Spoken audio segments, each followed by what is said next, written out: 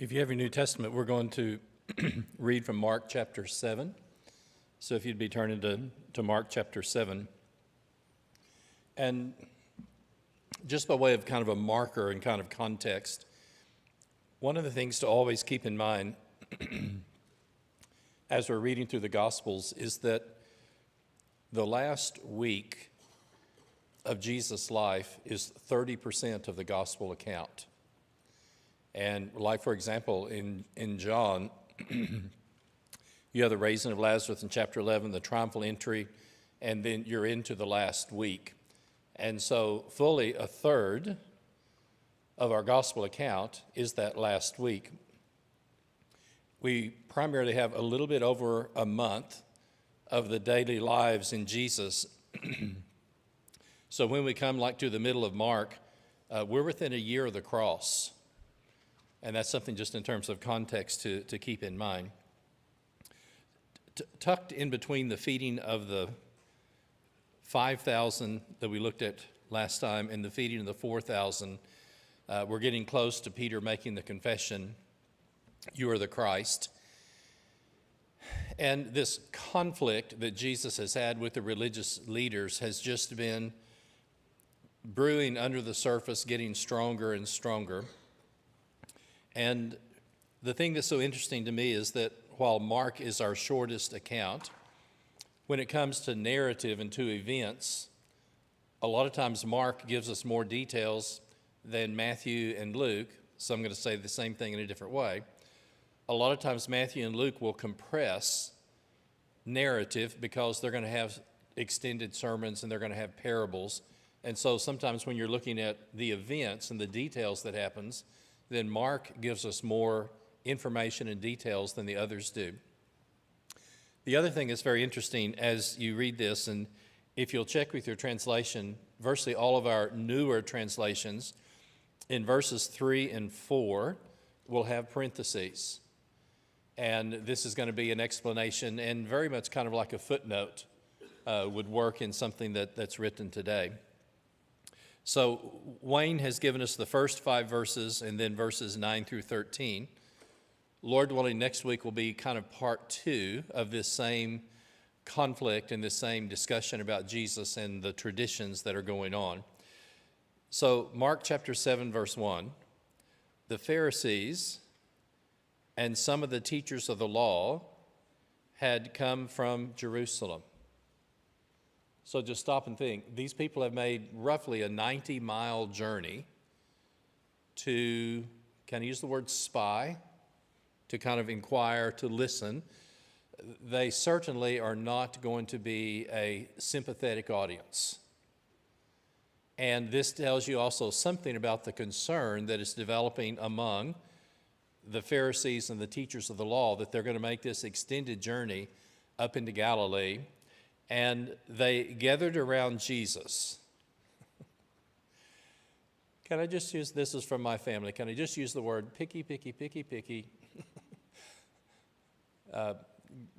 Growing up on the farm and being outside a lot, we weren't unhygienic, but a lot of things that some people would just kind of get upset about, we just didn't even worry about. And occasionally people from the city would come and be with us, and nothing was gross, but it was just not as hygienic as they were used to being in the city. And notice this discussion. They saw that his disciples were eating food with hands that were unclean, that is, unwashed. And this is going to be a terrible thing. I'm in a restroom at Eastside. 2 little guys, maybe 5 are in there. They come in, do their business, and one said, "Gonna wash your hands today?" And the other says, "Nah, Mama's not here." And so the deciding factor for a 5-year-old, if you're going to wash your hands or not, is, is Mama here? Well, there's going to be, and we're going to look at this in a second, from their point of view, from the Pharisees' point of view, there's some very important reasons for doing that. And this is, can I use the word itinerant, a traveling disciple group?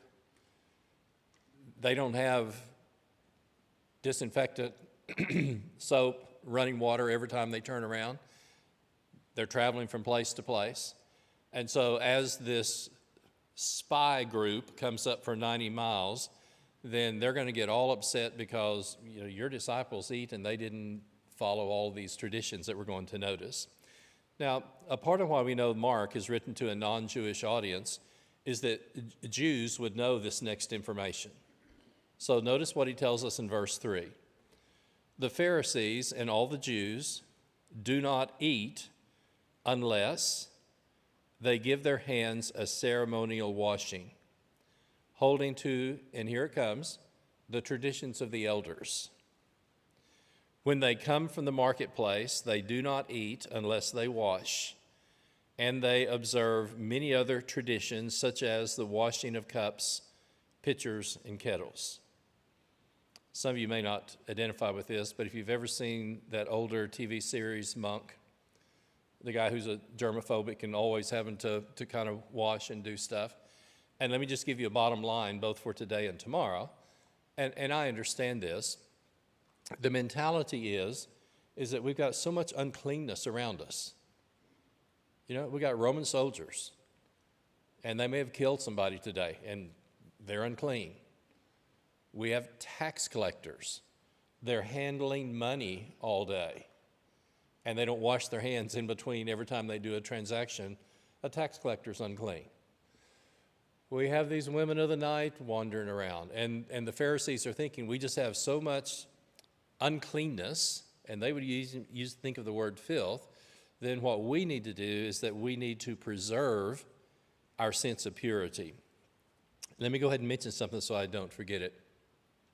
We're going to describe the four major groups in Judaism here in a second, but one of the things that distinguished the Pharisees is that because of this uncleanness that were around them, then they went back, especially into the book of Leviticus, and the details for the priest, then they wanted to make the norm for everybody.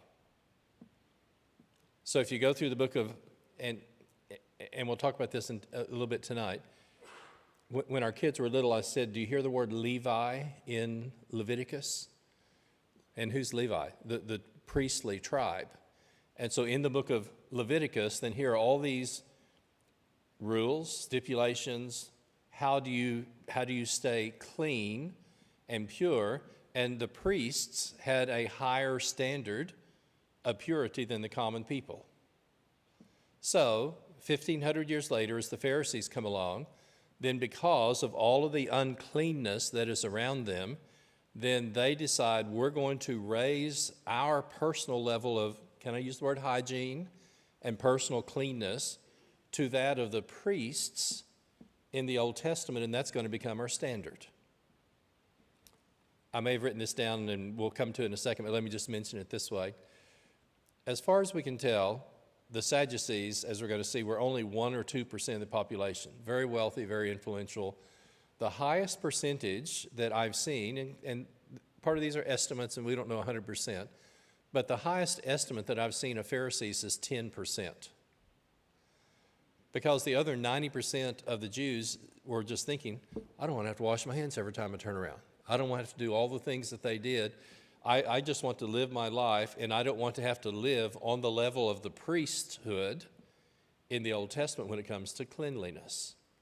And so this is where this term, the traditions of the elders, developed, and the elders, the teachers, the leaders started these traditions, and because, can I say personal hygiene, washing, all of these things that take place, they are going to say, and this will be our expression next week, if this is the law, okay, then we're going to build a fence around the law to protect the law from all the uncleanness that's around us, and the fence is these traditions. In time, the fence became more important than the law. Now, all traditions aren't bad. And we're going to see Paul is going to use the word tradition both to the Corinthians and to the Thessalonians. And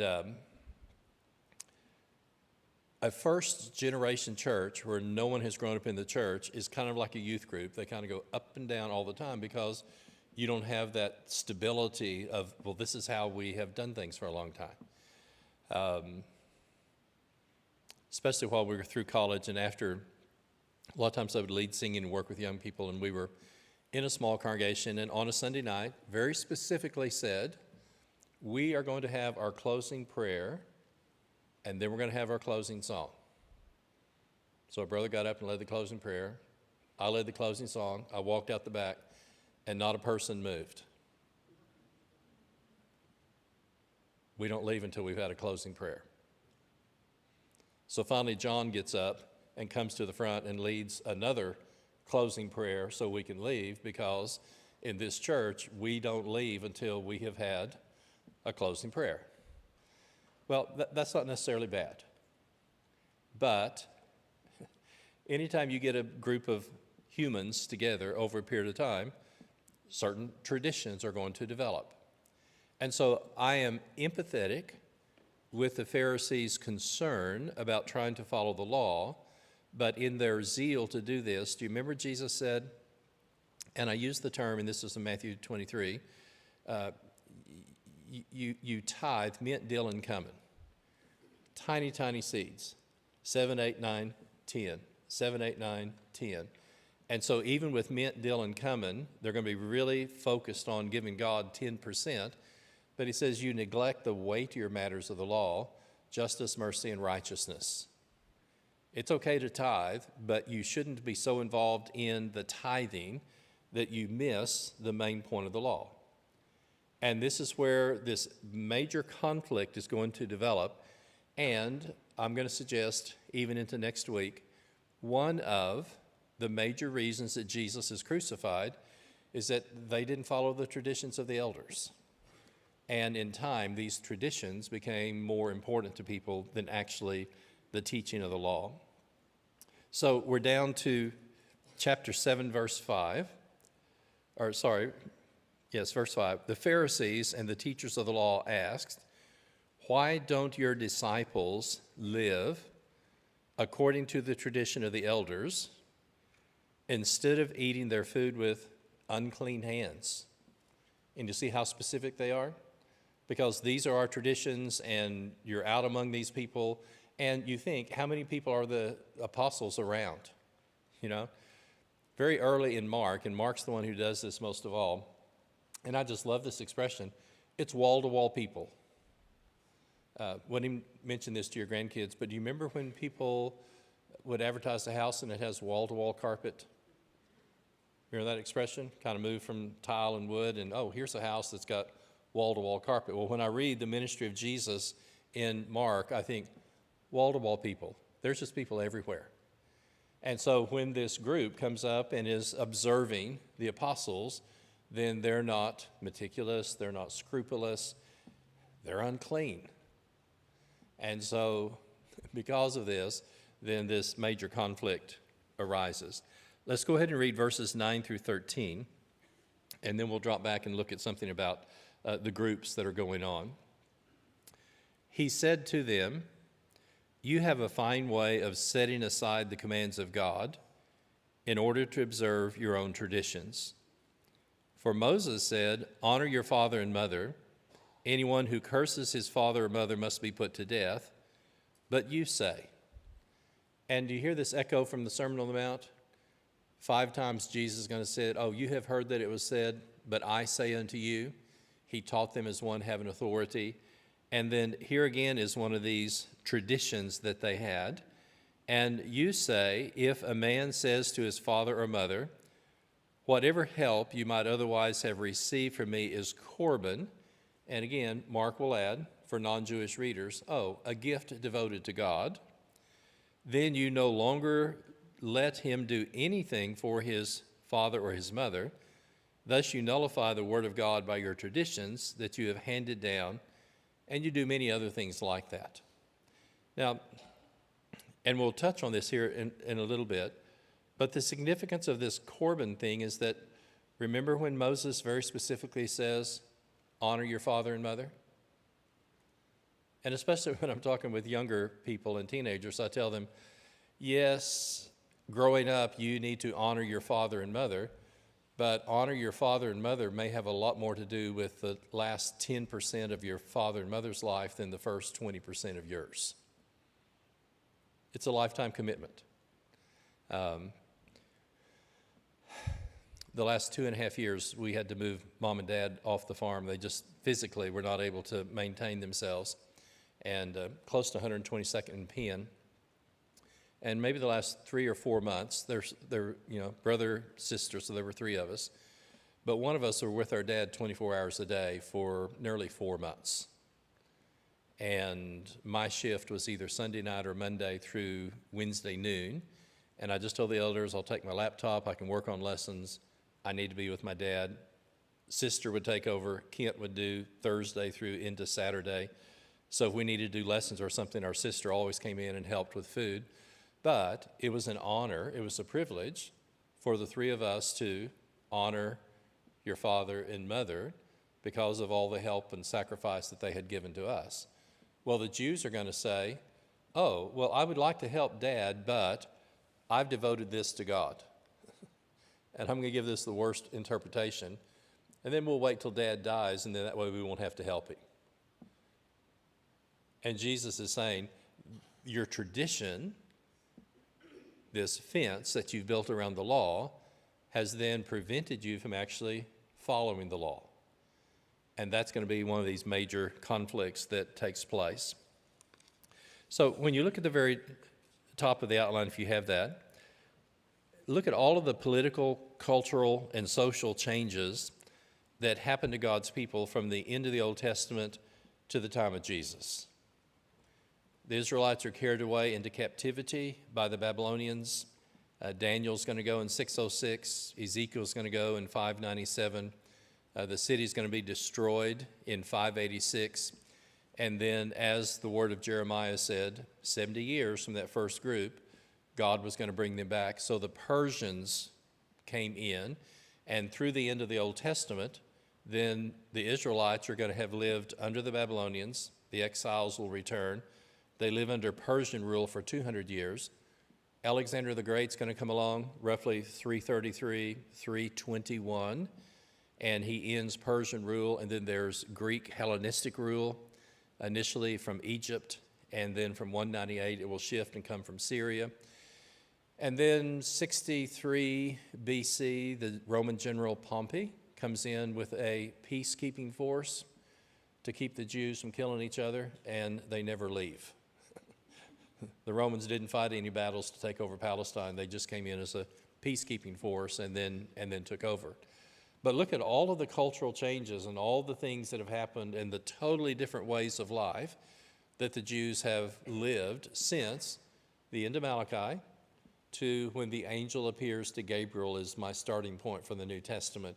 And God is going to break 400 years of silence by sending God is strong is Gabriel's name to speak to John the Baptist's father. So these kingdoms are going to rise and fall. And so by the time we come to the New Testament, the Sadducees are trying to maintain the spiritual identity of Israel by being a political group. And I'll just say it this way, back into after the 200s, so from 200 somewhere into the middle of the 150s or so, the Sadducees and the Pharisees were very much like Republicans and Democrats. They were 2 rival political groups. They were trying to maintain the identity of Israel under conquerors, but the Sadducees were the most wealthy, and I always do this when I do the Sadducees.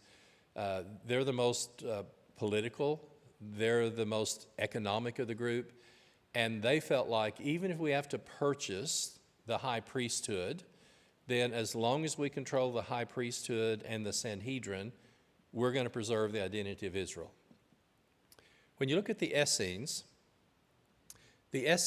are a group of people that they looked at society and they just said, things are so evil and things are so bad, we're going to become virtually a monastic community.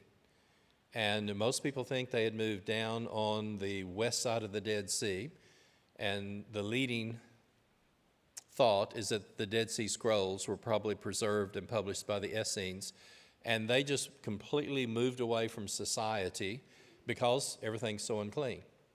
However, in their writings, there's a really strong militant streak. A lot is said about light and darkness. You'll have things about swords. And this is from archaeology. When you look at the area, the caves there on the west side of the Dead Sea, and they're up probably 1.5 miles from the west side of the Dead Sea, the latest coin that has been found is 68 AD. Jerusalem is going to be destroyed by the Romans in August of 70. So 68 AD is the last date of a coin that we've been able to find in the area where we think the Essenes were. They either fled or they were killed. But after 70 AD, we don't hear anything else about them. The third group are the Zealots, and one of the apostles is a Zealot. And the Zealots are kind of like, mafia is not quite the right word, cloak and dagger is not quite the right word, but we're going to overcome with the sword. And if we can just catch 1 or 2 of those Roman soldiers by themselves, we'll kill them. So the Zealots were a militant, military-type group, and they were going to preserve the identity of Israel by opposing and fighting the Romans. And that's why I just laugh when I think of that original group of apostles. Okay, you got 2 sets of brothers, so you got 4 brothers in the group. You throw in a tax collector, and then you throw in a militant zealot. And then as far as we know, Judas Iscariot is down in Judea. Judas may be the only one who's not a Galilean. And this is just socially and culturally such a diverse group. You can see why at times they're going to spend more time arguing about who's the greatest because of all their difference and stuff. From 66, the war starts beginning, and eventually it starts up in Galilee when Jerusalem's going to be destroyed. And a part of the reason we know so much about it is that one of the Galilean commanders' names was Josephus. And he hid during a Roman attack, was captured, and then went over and stayed with the Romans. And so the writings of Josephus take place as an eyewitness observer, especially to the destruction of Jerusalem, because he had been a commander in the Jewish forces up in Judea. And eventually the Romans force everyone into the city of Jerusalem. Once they get in the city of Jerusalem, the Romans didn't get a chance to kill any Sadducees because the Zealots had already killed all of them themselves. You know, you're just locked in and you're in this small city. Food is scarce, resources are scarce, and at times the streets of Jerusalem ran with blood, literally, from Jews killing Jews, and the Romans just stayed outside and felt like, well, they're doing a better job than we could. And yes, eventually they're going to destroy the city, but many of the Jews, and especially the Sadducees, were eliminated by their own people. At the fall of Jerusalem, a handful of people escaped, went down to Herod's fortress Masada, again down to the southeast, overlooking the Dead Sea. And the Romans said, fine. They just put up fortifications. You can still see the encampment areas where the Roman armies encamped. They put up a wall. I don't remember if it took 2.5 years or something. Brought in slaves, did these huge, huge ramps. And so the night before the Romans broke in, then they lined up and they counted to 10, and number 10, these are men, you kill 1 through 9. We line up again, we count to 10. Number 10, you kill 1 through 9. And the last guy committed suicide. So when the Romans finally broke in, 2 women and I think 3 children had hidden in the baggage, and they were the only survivors from Masada. Now, the Pharisees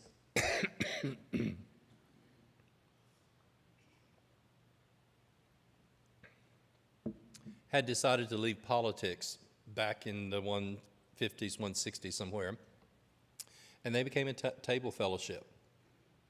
Washing pots, washing kettles, staying clean, all of those were their priority, and they totally left politics altogether. One of the most interesting things that happens as Jerusalem is being surrounded, the leading rabbi's name is Yohanan ben Zakkai, and he figured out that if you stay in Jerusalem, you're going to die. So they literally built a coffin, put him in it, nailed it shut, and his disciples carried him to the gate, and they said, "Our rabbi, our master has died. May we please have permission to leave the city and to go bury him?" And even a few weeks later, the Romans wouldn't have let him leave. But it's not a complete lockdown yet. So the guards let them leave. And so his disciples carry him out over the nearest hill, open the coffin, and Yohanan ben Zakkai gets out, and that's how he survives the fall of Jerusalem. He and the disciples stay in the hills in a distance, and they watch the Romans break down the walls. They watch the temple go up in smoke. And one of the disciples asked Yohanan, "Rabbi, what are we to do?" Because if you think all the way back to the tabernacle with Moses, we've offered sacrifices at Passover, we've offered sacrifices with all these feasts, and then we're going to have the building of the temple. And after the temple is built, yes, it's destroyed a time or two, but how are we going to have Passover? And Yohanan ben Zakkai quoted Hosea like Jesus did, and he said, "I desire mercy and not sacrifice." And at that point, Judaism moved from a sacrificial system, as had been set by Moses, to an ethical and a moral religion, and that's what it is still today. And so the Pharisees, when you look at these four groups, are the only ones to survive the fall of Jerusalem. The Sadducees get killed in the city by their fellow Jews. The Essenes were down by the Dead Sea. They were either killed or carried away. The Zealots were all wiped out, and the only survivors are going to be the Pharisees. Excuse me.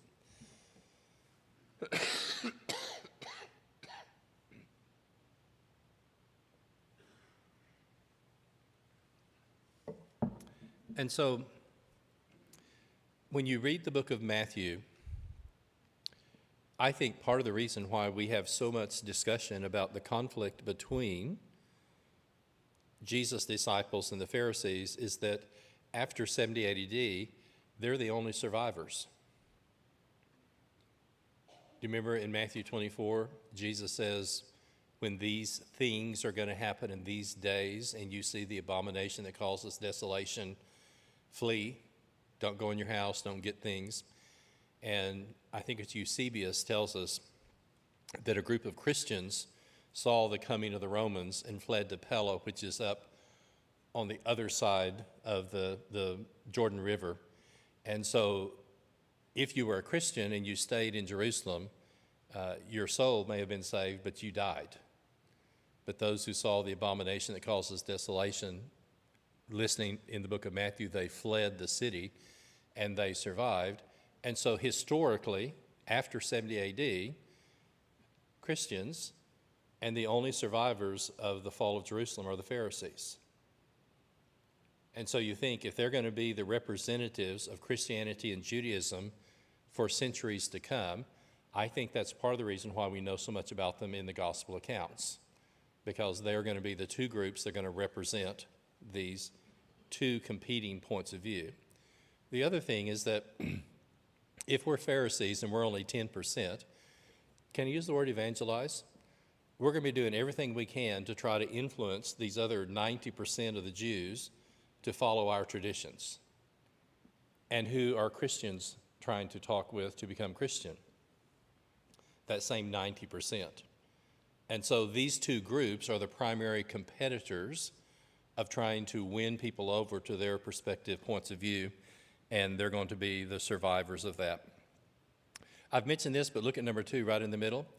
These traditions then, which again the Pharisees are going to focus on, become this sense of the fence that they build around the law. And see, the thought is, if you go, and you go back as far as you want to, Moses, David, Joshua, all through the Old Testament, we don't have all of these foreigners here. We don't have all these tax collectors here. We just are not surrounded by the filth and the uncleanness that we are today. And so to protect first the law, and even to protect ourselves, then we're going to develop all of these traditions. And this became just an intense focus on, we want to be the people who are clean. We want to be the people who are holy. Now, we'll touch on this later, but just think about this.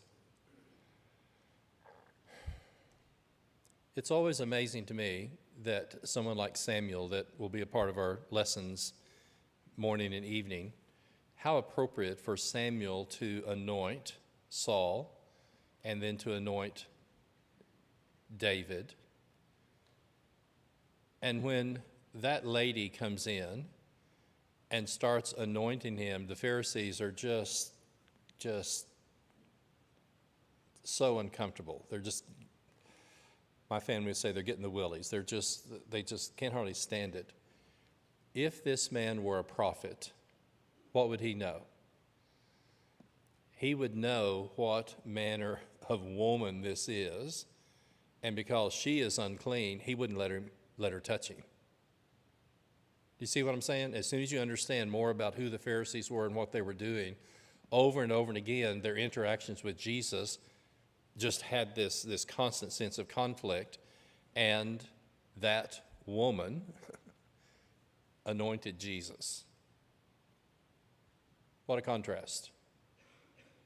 First and second king of Israel, anointed by he who is asked of God, and the King of Kings and the Lord of Lords and the Creator of the universe is anointed by what the Pharisees would determine an unclean woman.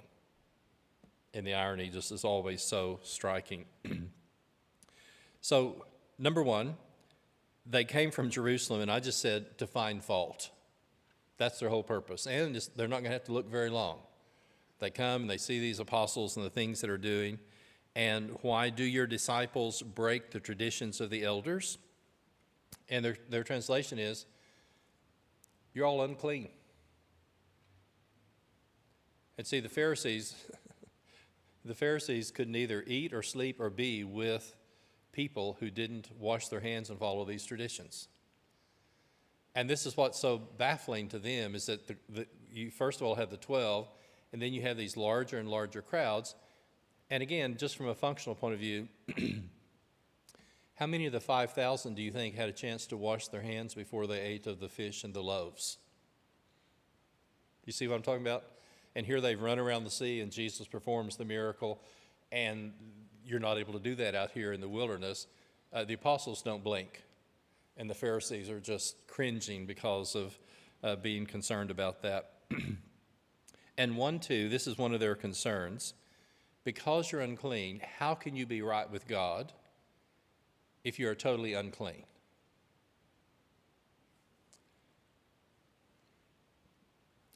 Number 2, Mark describes the Jewish human traditions. And we touched on these, but just look at this list. And there are others, but here's a highlight. They're going to be involved with, when they come in, they do not eat unless they wash. And then they're going to wash cups and pots and vessels, dining couches, just a whole list of things are going to be a part of that. And Jesus is going to have a comment on this. And this is going to be one of those, and I think of it this way, the Pharisees are so focused upon physical cleanness that they miss the point of being spiritually clean. They're so focused on washing pots and hands and kettles that they're not nearly as concerned about uncleanness that may be in the heart. And it's a lot easier to count to 10 with seeds than it is to do something like to practice justice, righteousness, and mercy. But you see the contrast? Because they are so focused upon the, can I use the term, external things? And I'm empathetic with what they're trying to do, okay? But that becomes the sum total in focus.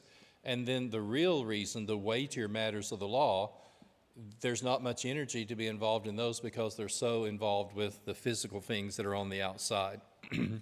So, the very bottom, Jesus upended their emphasis, and he says, do not you see that what goes into a person from the outside cannot defile him?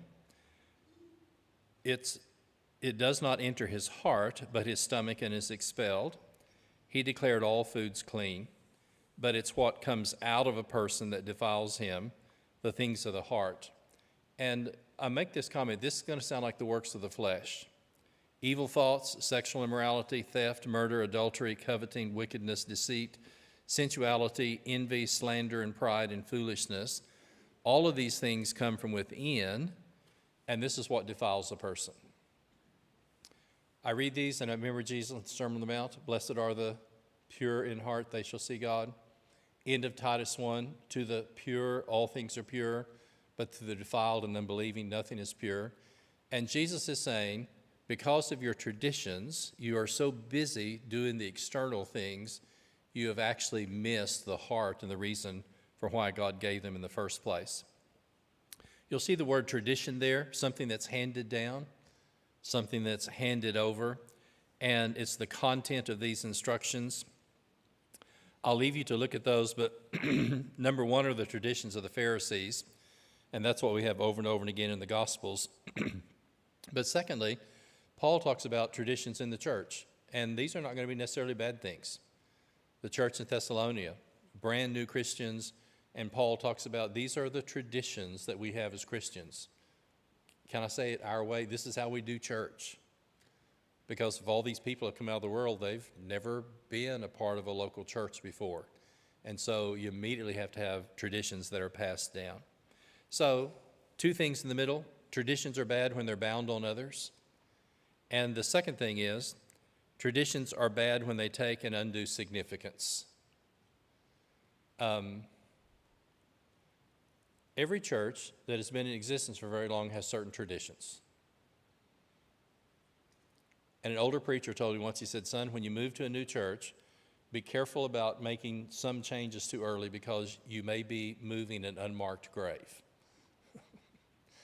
Maybe brother so-and-so or sister so-and-so did it this way for years and years and years. And if you come in, you may receive all kinds of trouble. And he said, changing traditions too early in a church is like trying to move an unmarked grave. You don't know where and why all of these things are there, and that's just a part of life. So here's our bottom three things. Jesus illustrated his point by the practice of Corban, and again, we dedicate this to God so I do not have to help my mom and my dad. And Jesus is saying, you know, you've totally missed what Moses said with honor your father and mother. Number two, he quotes Isaiah, and we'll touch on this next week, and he calls them hypocrites. And notice this expression, the people honor me with their lips, but their heart is far from me. And we'll talk about this a lot next week. In vain do they worship me. And I'm going to suggest that a lot of the worship that's going to take place in Oklahoma City today is going to be vain worship. It will be a tradition that has been handed down, sometimes even over hundreds of years, but it's not something that's taught in God's Word. And that's something for all of us to then be thinking about. And Jesus says, in vain do they worship me, teaching as the commandments, or teaching as doctrine the commandments of men. And then, predictably, the Pharisees are going to get offended.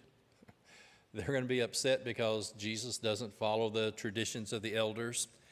And in Matthew 15, Jesus says, every plant that my heavenly Father has not planted will be rooted up. Let them alone, they are blind guides. And I think there's times that we talk with our religious friends or religious neighbors, but you'll just find there are some people that are more committed to a tradition than they are to the Word of God. One of the sweetest, kindest, thoughtful older ladies that I've known, her son dated a girl from Yukon, eventually became a member of the Lord's church, and they're in another religious group. And they talked with his mom 3 different times, and they just said, Mom, you were sprinkled as a baby, and you can't find that in the New Testament or whatever. And she just said, that's what my mom did, and I don't want to get baptized in terms of immersed because I don't want to be any place that my mother isn't. And we just shuddered. You know, my mom followed this religious tradition, and I don't care what the Word of God says. I don't care what Scripture says. I don't want to talk about this. I'm going to follow this tradition rather than listening to the Word of God. How sobering is that? And the last one is from 1 Corinthians 4:17. And Paul basically is going to say, I teach the same thing everywhere in every church. I've talked to several people and they said, how do you know there wasn't a Baptist church in Corinth and there wasn't a Methodist church in Ephesus and there wasn't a Presbyterian church in Jerusalem? I'm just kind of going, no, they didn't even think that way. And Paul's very specific. I'm sending Timothy to you. He will remind you of my teaching. And because this, not tradition, is the pattern, Paul says, I teach the same thing in every church.